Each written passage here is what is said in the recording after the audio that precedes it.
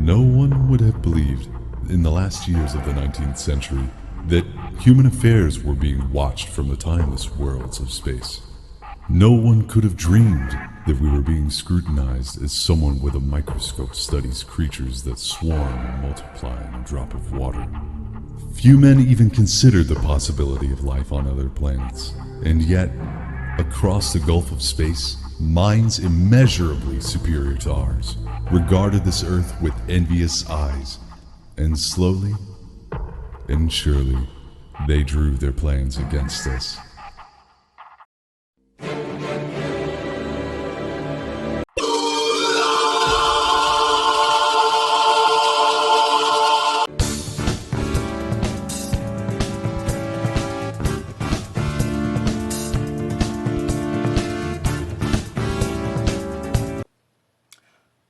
War of the Worlds is a interesting beast when it comes to adaptations and, of course, continuations.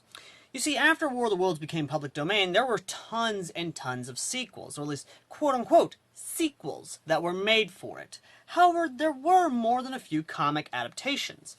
The ones we're looking at today was one that was actually released as a webcomic by Dark Horse Media itself, or at least Dark Horse Comics, and then the two sequels. And yes, you heard right. Two sequels were made for it.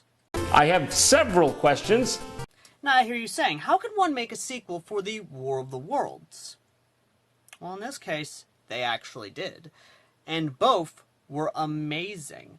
Now, not a lot of spoilers here, but I will say that the mysteries presented and even the artwork presented are amazing. Now, the first one I want to kind of talk about is, of course, War of the Worlds. And this comic is actually really good. It does follow and even update and even gives the actual Martians themselves amazing props.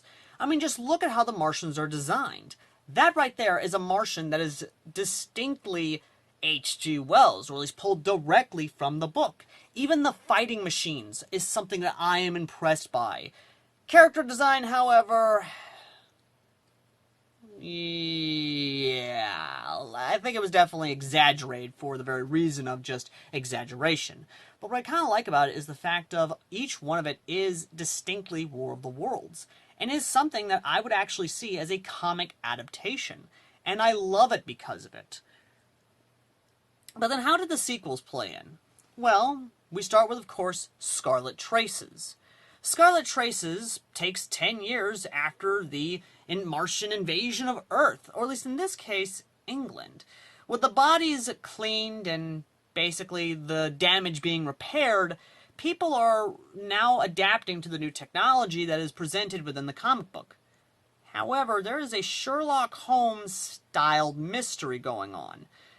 Bodies are mysteriously turning up of young women, and they basically have the same marks that were seen from those who were sadly drained of blood by the Martians. This causes an investigative duo to go and investigate where these bodies are coming from, and a great conspiracy is discovered. This conspiracy, nonetheless, backed by a certain organization of the British government. And let's just say, ladies and gentlemen, that it is one that leads to, of course, the third comic. The third comic being Scarlet Traces, The Great Game. Set 30 years after the events of Scarlet Traces, this comic actually takes place in now an updated world powered by reverse-engineered Martian technology. Bobbies walking around, well, weird freaking cybernetic-looking Bobbies walking around on spider-legged robots. Actual amazing spaceship technology on display. A lot of it's steampunk, and that's a big thing about this, is that the majority of it is a mixture between steampunk and dieselpunk. But this story follows a reporter who is trying to uncover a mystery. Soldiers are going to the front lines on Mars, but they're never coming back. None are coming back, for that matter. And it raises a lot of questions for this reporter. And in her investigation, she is threatened. Her own house is bombed. She even goes to the front lines themselves trying to find out what is going on, until finally a great conspiracy is discovered yet again. Yet that conspiracy leads to a great disaster, which only ends on an amazing note that only this story style could tell. And I mean this when I say it, these three comics are legitimately fun reads. They are ones that actually are full in line with H.G. Wells' writing style, at the same time blending utter amazing writing styles.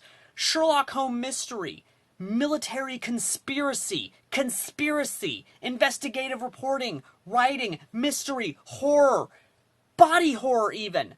The artwork itself is great and beautiful. I mean, yes, okay, it does exaggerate a lot of stuff, but it just adds to the comic. I mean this, ladies and gentlemen, when I say if you cannot buy these three comic books, well, yes, the first one is available to download and read basically for free because that's what they did. I would recommend you actually check them out. And for you guys alone, I will have in the pinned comment down below a website where you can actually read these three comics for yourselves. Because again, if you can't support them, at least I'm not going to deny you the right to read them. And does that make me a pirate? You goddamn right it makes me a pirate. But I want to share with you guys the wonders that is, of course, H.G. Wells' War of the Worlds. And do I have any issues with it? You may be asking.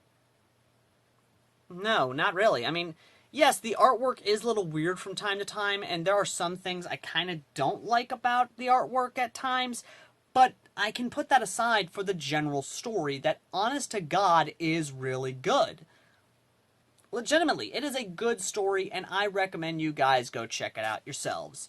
And as always, ladies and gentlemen, I've been Airsoft Al. And let me know in the comments section down below what you think of these three comic books, and if you've read them yourselves. Or if you even own a physical copy of these comics. I'd love to hear your thoughts down below. And as always, ladies and gentlemen, I've been Airsoft Al, and War of the Worlds month has just begun.